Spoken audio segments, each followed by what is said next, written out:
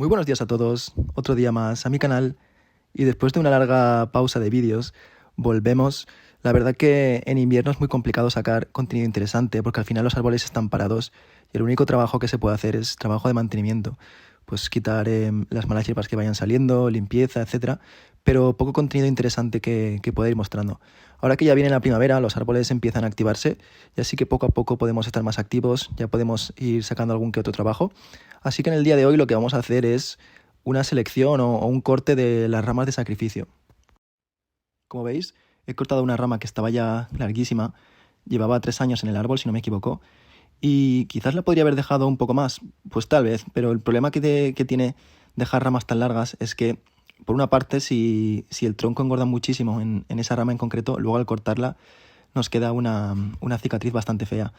El otro punto negativo es que si esa rama toma demasiado protagonismo, el resto de ramas que servirían para formar la estructura final, poco a poco se van debilitando, las acículas se van secando y al final cuesta un poco conseguir una buena ramificación o una buena estructura donde nos interesaría.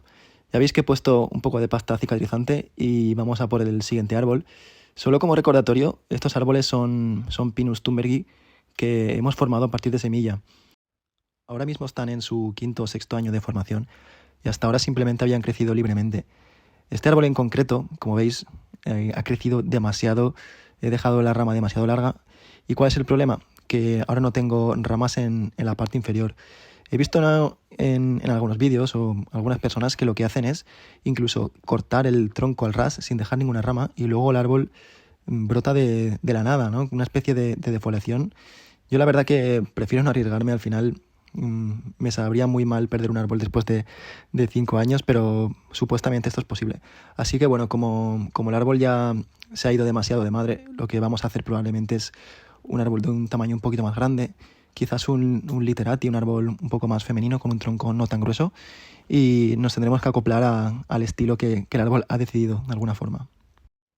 En cualquier caso, hay que tener en cuenta que ahora estamos en una fase muy primaria de la formación, entonces es posible que al haber hecho esta poda tan bestia, el árbol empiece a formarme brotes en una parte más baja del tronco y luego pueda usar esas ramas o esos nuevos brotes como parte de la estructura.